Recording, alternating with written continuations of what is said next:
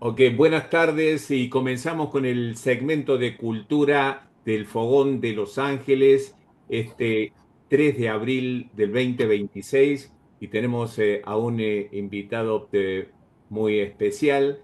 Pero primero quiero aclarar de que este segmento tradicionalmente es conducido por Adriana Brief. Adriana en estos momentos se encuentra no muy lejos de aquí, se encuentra en Los Ángeles presentando algunos de sus poemas, un libro que publicó meses atrás. Eh, pero volviendo a la temática del día, yo voy a mantener una charla con nuestro invitado especial, Julio Carreras, un escritor y periodista argentino, y también muy importante para esta conversación, un militante revolucionario de la década del 70 en Argentina, en la época del terrorismo de Estado. Bienvenido, Julio. Hola Néstor, espero que me escuchen bien desde ahí. Sí, Sí, te ¿Me escuchamos escuchan? perfectamente. ¿Ah? sí, se escucha bien.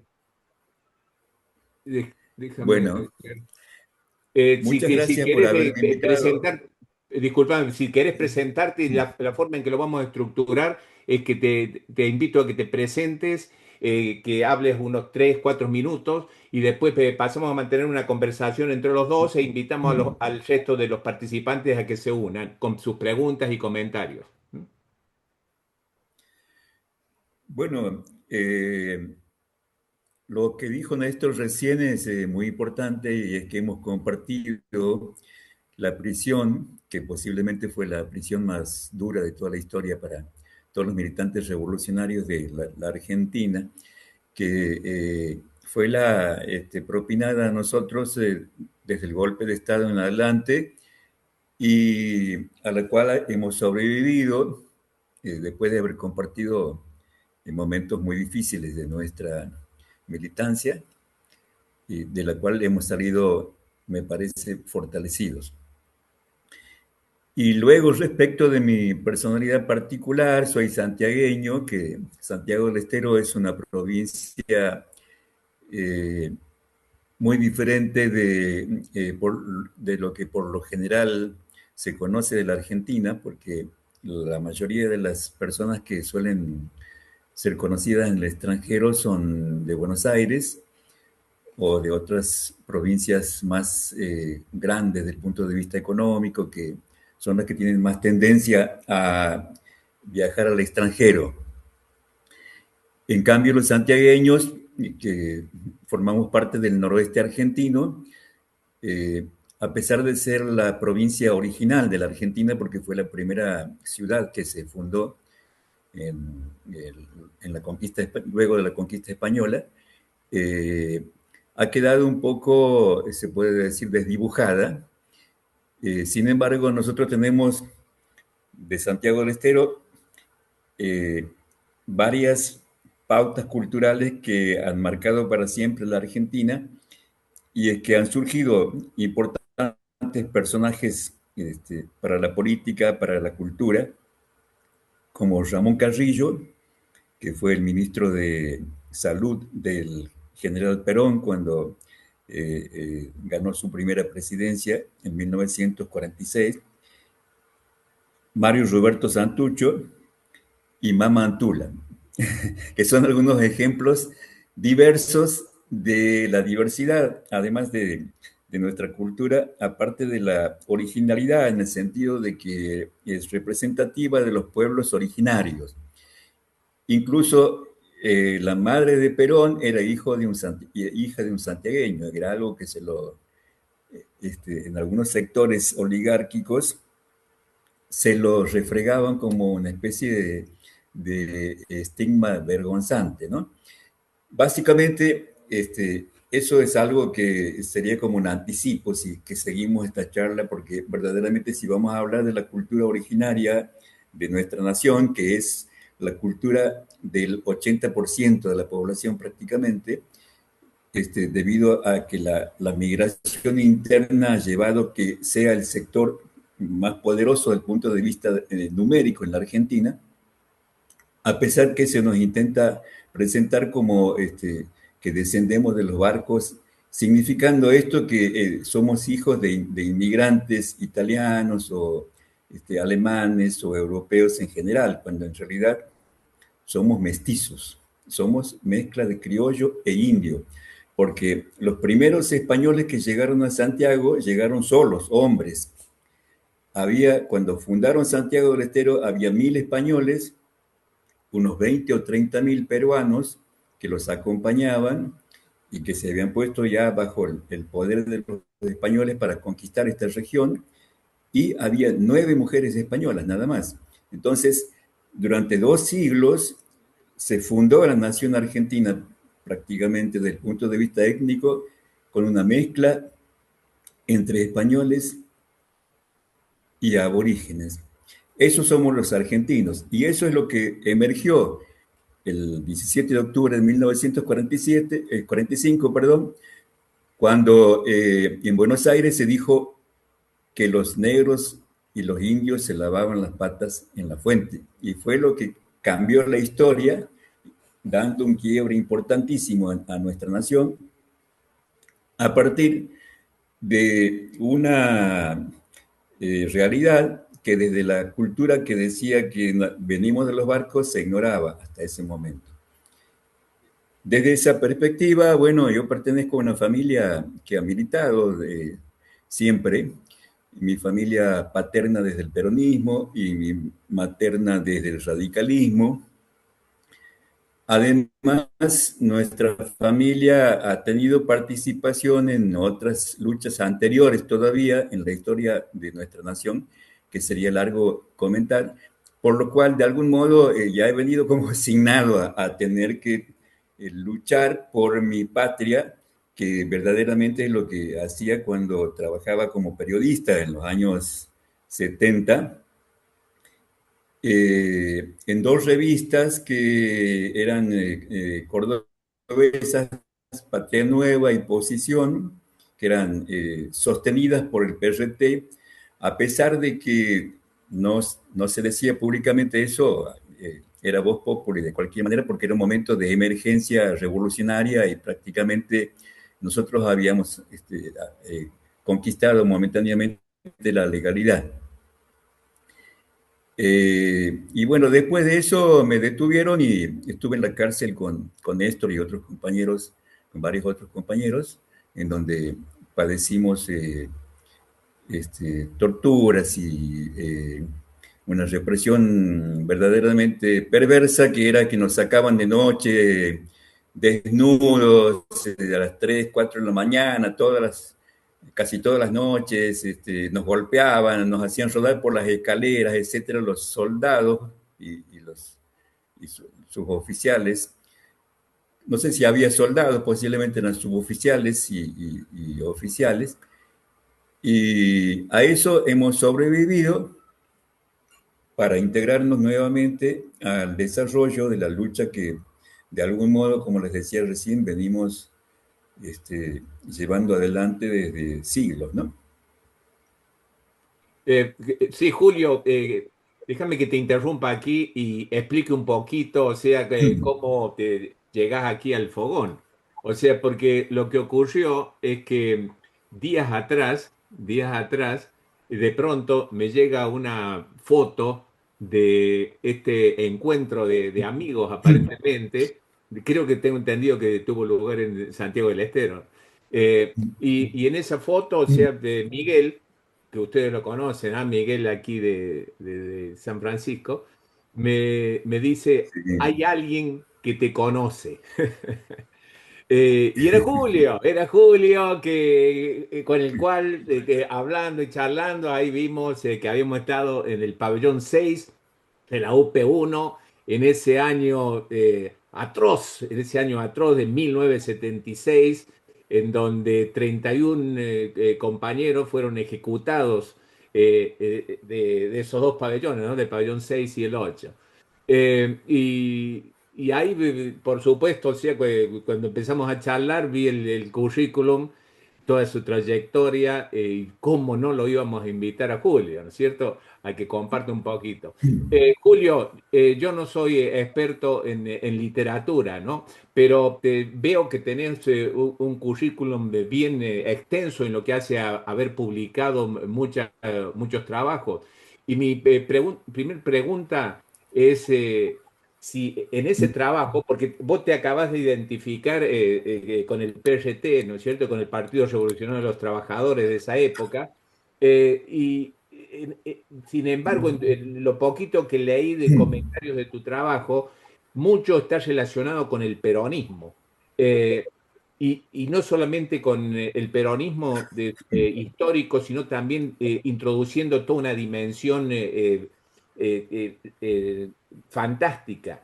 Eh, eh, ¿Me podés expandir un poquito? O sea, tu trabajo, ¿cómo lo definirías?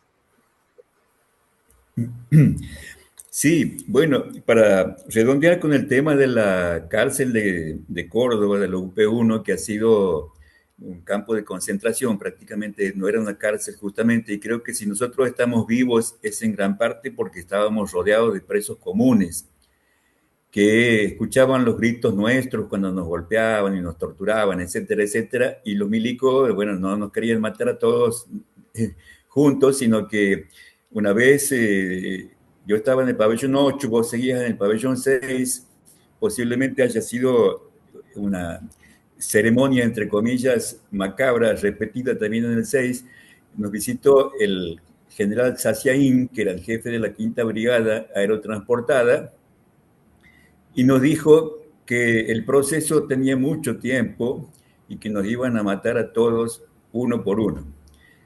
Una escena macabra realmente porque estábamos todos desnudos, los 150 o 120, no me acuerdo bien, que estábamos ahí arriba en el pabellón 8, todos desnudos y los milicos todos de uniforme, con cascos y armados. Y este tipo diciéndonos que nos iba a matar uno por uno para vengar la muerte de su suegro o yerno, que era Cáceres Monier, que había sido ejecutado por la organización Montonero. Este, entonces, yo creo que ese tema amerita que se lo conozca, por eso escribí un texto que no es muy largo, aproximadamente son unas 20 páginas, que se llama UP1 y que ahora les mando, ¿cómo lo pueden buscar en cualquier buscador? Les mandé, ustedes ponen eso en Google o en cualquier otro buscador y lo pueden encontrar. No sé si lo han recibido, si ven este, el texto que les mandé.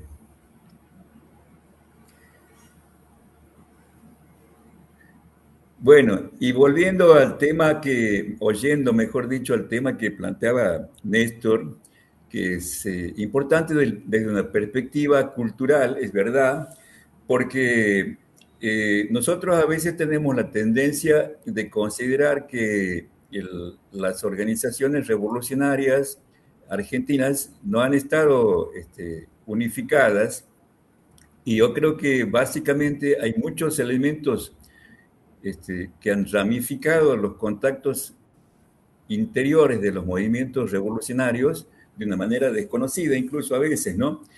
Por ejemplo, por mi parte, yo he nacido peronista, porque mi familia era peronista, en mi familia había funcionarios peronistas, diputados, senadores, etcétera. Y bueno, he recibido esa educación, especialmente porque mi madre se separó de mi padre cuando yo tenía 5 años y se fue a Buenos Aires. Entonces, mi madre, que podía haberme influido desde la perspectiva liberal, ha estado ausente involuntariamente, ¿no? De cualquier manera, después, en otro momento, le voy a hablar de cómo ella este, salió a la calle con las madres de Plaza de Mayo cuando yo estaba preso.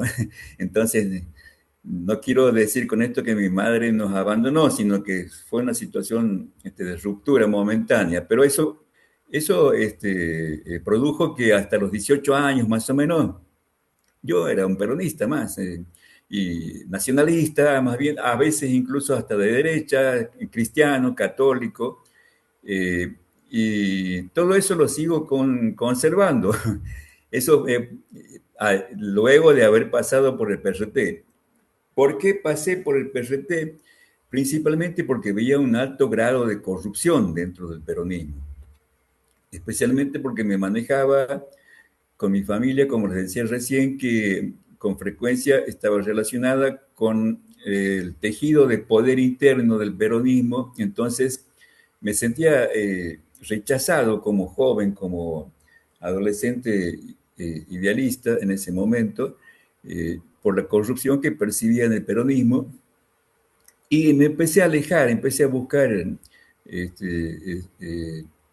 correrme hacia la izquierda, porque me parecía que la izquierda, especialmente después de haber leído textos del marxismo y muchos otros que seguí leyendo más adelante, que me convencieron de que era un pensamiento en muchos aspectos verdaderamente valioso para aplicarlo en ese momento. Y con eso se dio que el PRT en ese momento eh, empezó a sacar una serie de revistas legales, porque ya habíamos llegado al triunfo de Cámpora en Argentina, pero antes el PRT ya había empezado discretamente a incursionar en la legalidad con la revista Posición de Córdoba, con la revista Nuevo Hombre, que la dirigía Silvio Frondizi, y con Patria Nueva. Y en ese momento es que Francisco René Santucho, que era amigo de mi padre, pero estaba en la clandestinidad en ese momento, hablamos del año 72, me hace llegar un mensaje secreto, por supuesto, porque estaba en la clandestinidad, diciéndome que unos compañeros me iban a contactar si yo quería ser corresponsal en Santiago del Nuevo Hombre. Luego me propusieron ser corresponsal de Posición y más adelante me propusieron ya directamente viajar a Córdoba, instalarme allá y trabajar con la revista Posición. Y luego el diario El Mundo cuando salió. Ese fue el comienzo de mi carrera, entre comillas, periodística en periódicos revolucionarios. Porque hasta ese momento yo desde los 20 años trabajaba en el diario El Liberal de Santiago del Estero, que era un diario común, burgués, que parecido al diario La Nación de Buenos Aires, incluso deliberadamente lo imitaba. Y en el momento en que gana las elecciones, el peronismo en Santiago, mi tío que era diputado, me había designado, había logrado una designación ahí como director de la imprenta, a pesar que era un muchacho de 23 años recién en ese momento, ¿no? Pero así es como yo acepto la oferta de Francisco Santucho y voy a trabajar ahí en Córdoba con la revista Posición. Después se cierran y bueno, yo sigo en el PRT, me caso con una compañera que era del PRT también, me caso incluso porque los dos éramos católicos a pesar de ser marxistas. Yo no veo ninguna contradicción, incluso una discusión que la tuve en aquellos tiempos y bueno, en la actualidad tengo, creo, resuelta completamente, ¿no? Eh, entonces, ahí es que me detienen en la cárcel, me ponen en la cárcel y en la cárcel, bueno, paso por el periodo ese del infierno de la UP1, que lo pasamos todos los compañeros, nos llevan a Sierra Chica y después a La Plata. A mí además me habían hecho la causa del copamiento del cuartel de Villa María, eh, y bueno, y otras causas que de lo de Villa María me sobreseyeron porque verdaderamente era solamente que el concuñado de mi esposa había muerto en ese combate y bueno, nosotros habíamos ido a retirar el cadáver. Disculpen si estoy hablando de cosas macabras todo el tiempo, pero al hablar desde la distancia se puede considerar que es como una especie de situación que nos hace felices, ¿no? Porque hemos sobrevivido y la hemos superado, no nos han destruido, hemos salido íntegros de la cárcel, hemos seguido luchando. a diferencia de los que nos atacaron a nosotros, que son los mismos que nos atacan ahora, que atacan a todo el pueblo, porque en realidad nosotros no es que éramos un pequeño grupo de élite que luchábamos por propósitos sectoriales o personales, sino que éramos representativos del espíritu de un pueblo. Y ese pueblo es el que, luego de nuestra derrota táctica, que yo la considero así, que tampoco fue aniquilación, porque todos nosotros, los que seguimos luchando en la actualidad, sobrevivimos y nos sentimos fuertes y bien, a diferencia de que lo que nos han lo que han dicho que nos iban a aniquilar, se han aniquilado a sí mismos, porque verdaderamente, si uno ve la suerte de Videla, de Macera, de Agosti, de todos los militares que nos han torturado, que nos han aplastado, que han matado a nuestras familias, que han asesinado con crímenes espantosos, como por ejemplo de familias que le han puesto una bomba en la casa, los han hecho estallar todos juntos, a familiares, hijos, etcétera. Todos esos están viejos, destruidos, enfermos, presos en las cárceles de la Argentina. Y eso me recuerda una anécdota, nuevamente volviendo a la cárcel UP1, que cuando después de 2 días o 48 horas o un día y medio, no me acuerdo bien, que nos tuvieron concentrados ahí en la cárcel de Córdoba, con los ojos vendados, con las manos atadas a la espalda, para trasladarnos, sin que nos hubieran dicho para dónde nos llevaban. Nos llevaron a un avión, Hércules, y nos ataron al suelo del avión con las manos esposadas a la espalda, a una cadena que recorría todo el avión, y a mí me pusieron casi al final, cerca de la puertecilla trasera del avión, lo que me permitió escuchar la conversación de 2 oficiales en ese momento. Y uno de ellos dijo: a estos hijos de puta los vamos a dejar con vida. Que nos dejaban por vida, entre paréntesis, por la presión de los organismos internacionales, ¿no? A estos hijos de puta los vamos a dejar como semilla, decía el tipo, y nos van a ganar la batalla cultural. Y yo creo que la opinión del tipo el oficial, era muy acertada, porque nosotros hemos seguido luchando y hemos seguido trabajando, y como consecuencia de nuestro trabajo, en gran parte, han sido muchas de las conquistas que no hemos capitalizado individual, ni personalmente, ni públicamente muchas veces, pero muchos compañeros que hemos salido de las cárceles, hemos trabajado en sindicatos, en todas las luchas reivindicativas de los sectores sociales más postergados, hemos trabajado en muchísimas luchas, incluyendo esta misma que estamos desarrollando ahora, ¿no? Que es la lucha de Internet, que en mi caso, desde el diario Liberal, donde había vuelto a trabajar, y donde trabajé hasta los años, casi hasta el 2000,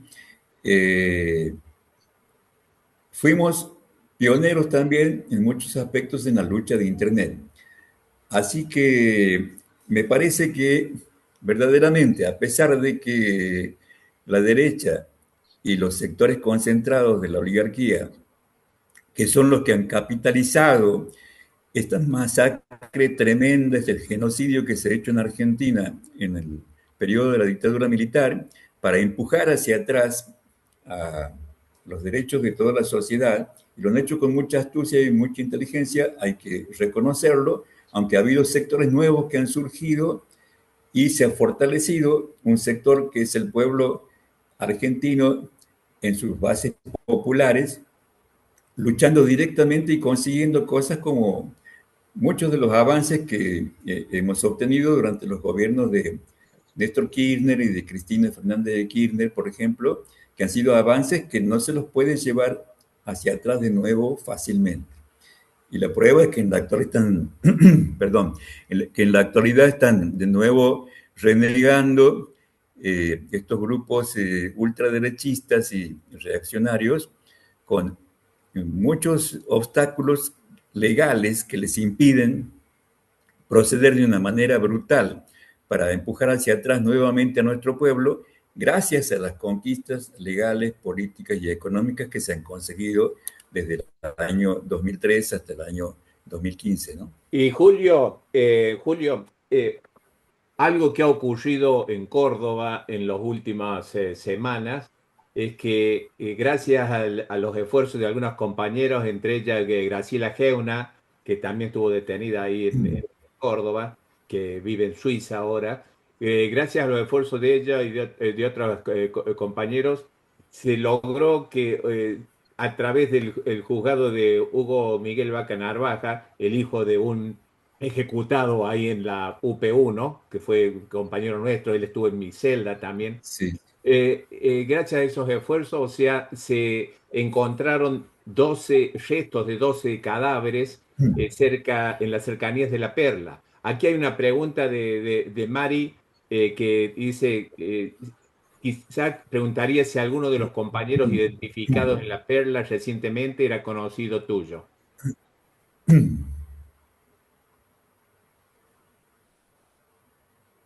¿Quieres saber o sea, si Ah, esa alguno es la de los pregunta. compañeros? Sí, es una Sí, pregunta. sí, sí. Sí, sí, yo estaba esperando que aparezca Mari, Sí, por eso sí, adelante, Mari, si demoré. querés hacerla, adelante. Hola, hola Julio. No, Hola Julio. no, sí, sí, sí. La pregunta era esa, si alguno de Sí, los sí, compañeros sí. identificados en la perla era un conocido tuyo. Sí, sí, lamentablemente, o por suerte también, porque uno no deja de sentirse un tanto aliviado cuando sabe algo ya preciso respecto de algunas personas. Había dos compañeras, según me dijo mi compañera, que con quien ahora aclaro que seguimos juntos, o sea, ella estuvo presa, mi compañera, era de San Francisco de Córdoba, mi compañera, eh, y eh, como cerramos las revistas de la ciudad de Córdoba, nosotros nos trasladamos a San Francisco con mi compañera y ahí yo estuve un tiempo como responsable del PRT en esa región, en la región de San Justo. Y ahí fue cuando me detuvieron y dos de las compañeras, unas mellizas, Carranza, y que estaban en La Perla, eran militantes del PRT también. Yo las conocía a esas compañeras y mi compañera también, ¿no?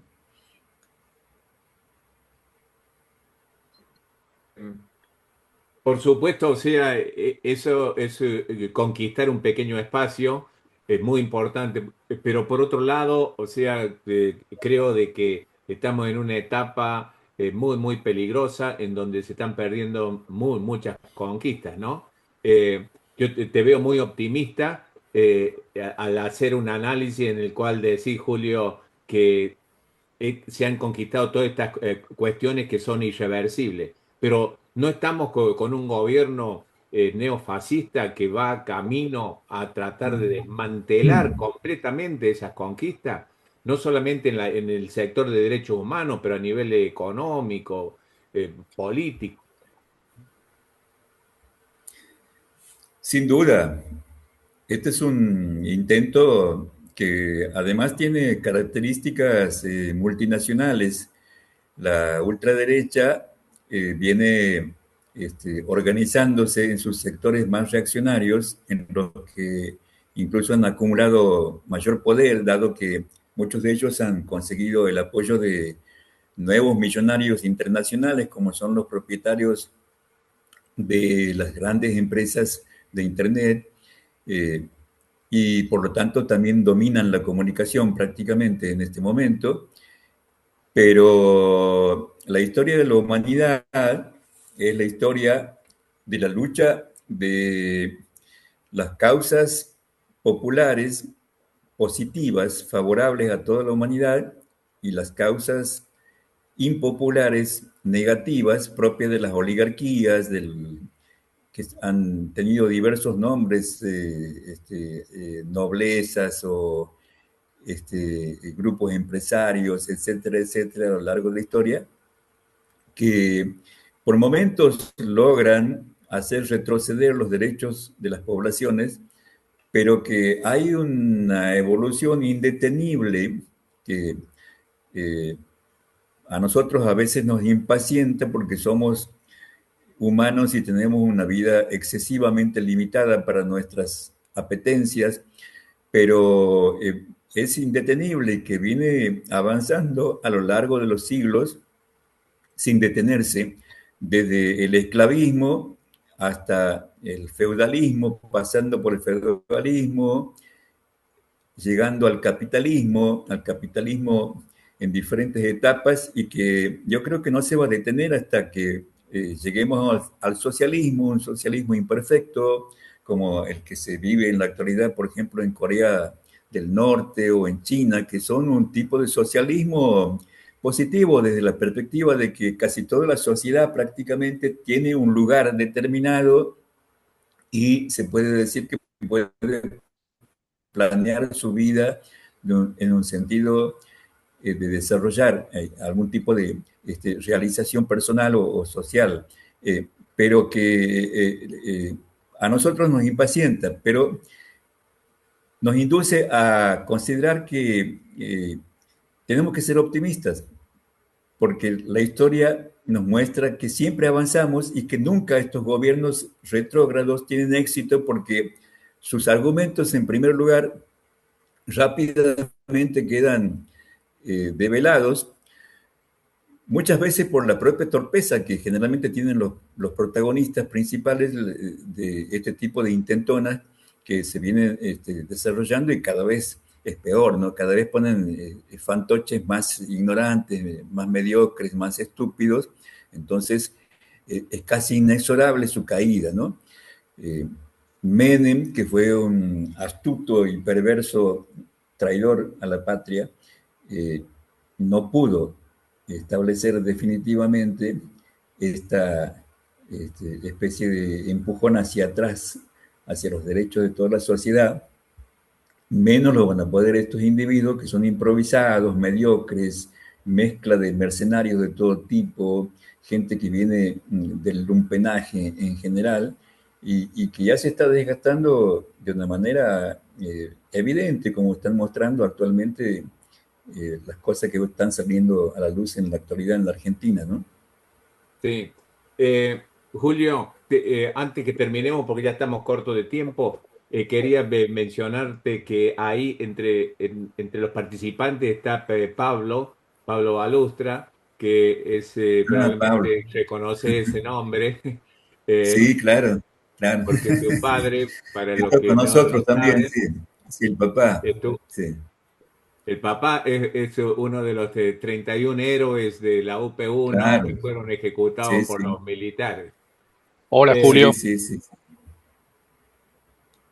No sé si sirve porque no sé qué grado de afinidad podemos tener en este sentido.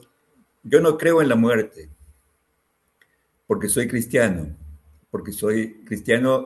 racional, o sea, no solamente soy cristiano porque he nacido cristiano, sino porque he estudiado eh, eh, la vida de Jesús, la historia de las primeras comunidades cristianas. Creo que el cristianismo ha sido el primer comunismo real, objetivo.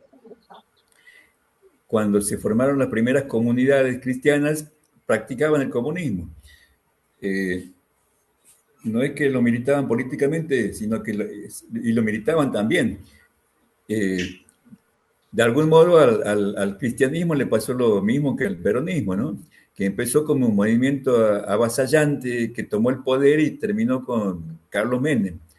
Eh, y bueno, el pacto del cristianismo con el emperador de Roma, que se da por necesidad del imperio en realidad, porque se había convertido en una fuerza masiva e indetenible, este, se da justamente en un momento ya de decadencia del cristianismo, ¿no? Pero el cristianismo en sí mismo es una filosofía metafísica que coincide con la física cuántica, que en la actualidad está descubriendo cosas que a nosotros nos hacen pensar que no desaparecemos nunca como energía y que no somos materia, sino que somos energía en realidad, condensada de diferentes maneras, con diferentes apariencias en determinados periodos de la humanidad para cumplir un sentido que lo podemos elegir o que puede ser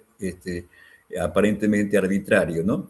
Y por eso yo creo que Pablo sigue vivo, el padre de Pablo. Eso es lo que yo creo sinceramente, no lo estoy diciendo como una metáfora, ¿no? Y creo que todos los que estamos en un cuerpo humano en la actualidad seguimos vivos porque somos energía después de la muerte física. Entonces vamos a seguir vivos y por eso soy optimista también, porque lo creo sinceramente. Néstor, quería hacerle bueno, más que una consulta, que probablemente no haya tiempo, pero quizás para otra oportunidad, para Julio. A mí me interesaría mucho, yo soy Pablo hijo, Pablo Balustra. Sí, te he visto. Parecido a todos. Sí, bastante. Bueno, a mí me hubiese gustado mucho que contaras un poco cómo fue esa resistencia adentro de la UP1, porque si bien los campos de concentración eran, vos que estás hablando de la metafísica, y bueno, era un poco eso, digamos, era el lugar sin tiempo, de la tortura infinita, bueno, lo más espantoso que se pueda vivir en la Tierra. Pero lo de la UP1, para los militares fue un terreno adverso, totalmente adverso, porque todos los detenidos que estaban en la UP1 eran detenidos que estaban bajo el Poder Ejecutivo Nacional, y vos contaste un poco ahí sobre el comienzo de que no podían matarlos a todos juntos, aunque quisieran, no podían porque eran detenidos que estaban con causas, algunos a disposición del Poder Ejecutivo Nacional, entonces no eran cuerpos secuestrados en la vía pública. Entonces, bueno, en esa batalla interna de las Fuerzas Armadas por querer aniquilar de la forma más prolija y menos visible a los detenidos de la UP1, los detenidos de la UP1 también tuvieron ahí un rol protagónico en la resistencia, en esta cuestión de ir anticipándose a algunos movimientos que sucedían adentro de la cárcel. A mí me hubiese gustado mucho que charlar un poquito sobre eso, no sé, creo que ya no hay tiempo. Y lo otro, que es una reflexión personal que vengo teniendo con algunos amigos de mi generación, es que nos costó mucho, no sé por qué, no sé si vos coincidís en esto, nos costó mucho identificar al enemigo más poderoso, porque nosotros durante décadas pusimos nuestros ojos y toda nuestra fuerza sobre el juzgamiento de los militares y de las Fuerzas Armadas. Pero en realidad termina siendo, no quiero quitarle tampoco la responsabilidad a los militares, pero digo, terminan siendo el último eslabón de una maquinaria terrible que fue, digamos, la parte de los civiles que fueron a golpear la puerta a los cuarteles para implantar la dictadura y a través de la dictadura el modelo económico, que era el fin, digamos, de la dictadura. Entonces, no sé, esta preguntita sería, ¿por qué crees vos que se tardó tanto tiempo, si es que compartís la visión que yo tengo, en identificar al enemigo más poderoso, que en realidad no eran solamente los militares?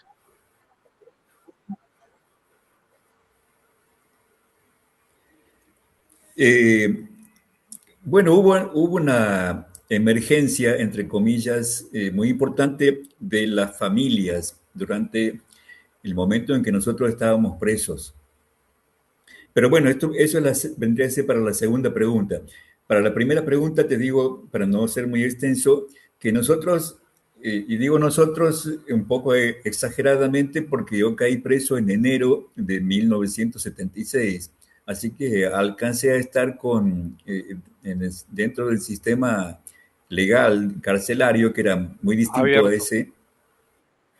Abierto, sí, estuve 2 meses y medio aproximadamente. Nosotros caímos con mi compañera, ella cayó desobedeciendo lo que yo le había pedido que se vaya. Inmediatamente cuando me capturan a mí, se puso a buscarme un abogado y todas esas cosas y la capturaron con mi chiquita en brazos, con nuestra hija en brazos, que gracias a Dios la tenemos ahora también, ¿no? Y tenemos 3 hijas más. En total, 4 hijas. Ahora hemos cumplido 52 años de casados y bueno, tenemos toda nuestra familia, vivimos juntos. Entonces eso también es un detalle importante que hemos conseguido sobrevivir de una manera muy óptima como para seguir resistiendo. Pero después de, bueno, para terminar esta fase de la pregunta, los compañeros, tanto de Montoneros, que era una ranchada aparte donde estaba, me dijo el compañero Fantini, que en los pabellones había celdas, que eran celdas de 20 o 30, nos amontonaban, pero nosotros estábamos contentos porque estábamos entre compañeros. En la celda número 1 estaba Néstor Fantini y en la celda de Montoneros, y en la celda número 2 estaba yo con el PRT. Y apenas nos conocimos prácticamente porque a mí me pasaron al otro pabellón, pero ahí era igual. Entonces, esos compañeros, tanto de Montoneros como del PRT, habían venido preparando una política de relación con los presos comunes, una cantidad de recursos que nos permitieron sobrevivir durante la represión salvaje de todo ese periodo hasta fin de año, más o menos, que duró, o hasta mediados de 75, 77, quiero decir. Entonces, como mates escondidos en canutos que se trabajaba en esconder cosas, hierba, cuadernos, papeles de cigarrillos. En papeles de cigarrillos sacábamos día por día todo lo que estaba pasando ahí adentro. Yo era uno de los que escribía también, ¿no? Que los compañeros me habían dado ese honor también de escribir en papeles. Cuando se iban los milicos, nosotros sacábamos los papelitos, hábitos de cigarrillo, nos teníamos escondidos y contábamos meticulosamente todo lo que estaba pasando, ¿no es cierto? Y eso, antes de fin de 1976 se había difundido primero en Colombia, después en México, y los familiares nuestros verdaderamente se movieron de una manera maravillosa, porque muchos eran de familias que podían, de clases medias, que podían darse la posibilidad de viajar, y viajaban a Europa, se entrevistaron con Mitterrand, con James Carter. Entonces tuvieron una presión muy importante sobre los militares. Y bueno, fueron los que verdaderamente emergieron, como te decía recién, y de repente toda la política pública de nuestro sector pasó a depender de las luchas de las madres de Plaza de Mayo, de las madres que habían luchado por la libertad de sus hijos, etcétera, etcétera. Y de algún modo el gobierno pequeño burgués de Alfonsín, que era un aliado táctico en ese momento, vio también esa masividad de los reclamos y del apoyo popular que había logrado nuestro sector en el plano familiar, y nosotros discretamente como que nos hicimos a un costado y colaboramos. Pero desde la perspectiva personal nuestra, yo siempre milité dentro de la Asociación de Expresos Políticos y en otros grupos que hicimos actividades políticas convencionales y sindicales también, ¿no? Seguimos luchando en esa área principalmente, y la política de derechos humanos se la dejamos más, por lo menos en la provincia de Santiago del Estero, se la dejamos más a familiares de presos políticos y algunos expresos que habían preferido militar ahí, pero nosotros como expresos políticos militamos principalmente por las reparaciones y por las pensiones, después que eran muy necesarias para muchísimos compañeros que no tenían que subsistir, especialmente gente muy humilde, ¿no? Compañeros muy humildes.